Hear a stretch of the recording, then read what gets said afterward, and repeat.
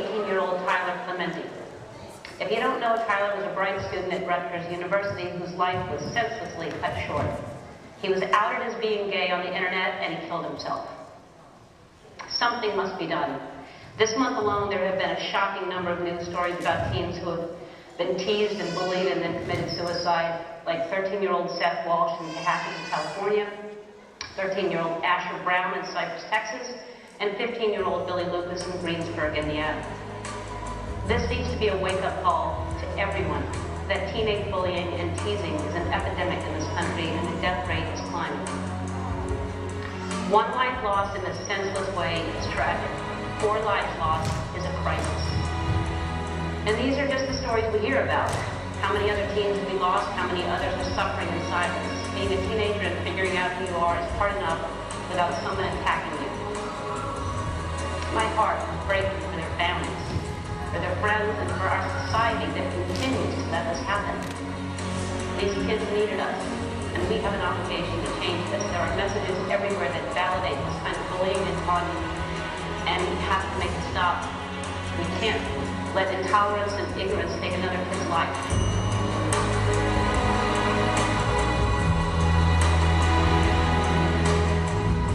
Really important to talk about. On February 12th, an openly gay 15-year-old boy named Larry, who was an 8th grader in Oxnard, California, was murdered by a fellow 8th grader named Brandon. Larry was killed because he was gay. Days before he was murdered, Larry asked his killer to be his Valentine. I don't want to be political. This is not political. I'm not a political person, but this is personal to me. A boy has been killed and a number of lives have been ruined. And somewhere along the line, the killer, Brandon, got the message that it's so threatening and so awful and so horrific that Larry would want to be his Valentine, that killing Larry seemed to be the right thing to do. And when the message out there is so horrible that to be gay, you can get killed for it, we need to change the message. Carl, he was bullied at school. For how long? How long was that going on? I believe most of the school year, since the fall. And I think as a direct result of his being bullied, he took his life. The school wanted to know, who were the people involved with bullying him. And he wouldn't tell. Well, at first he wouldn't tell, but I made him tell because I said, they can't help unless you tell who the young people are. And he said, I'm afraid, Mom. I'm afraid they'll call me a rat, a snitch, or a tattletale.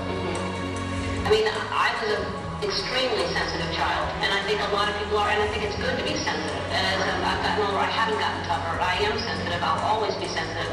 But when you're a kid, you need extra help. And I feel like there needs to be a class taught every single day in school that's compassion. You have history, you have math, you have English, we have compassion. Every single day, kids should be taught kindness.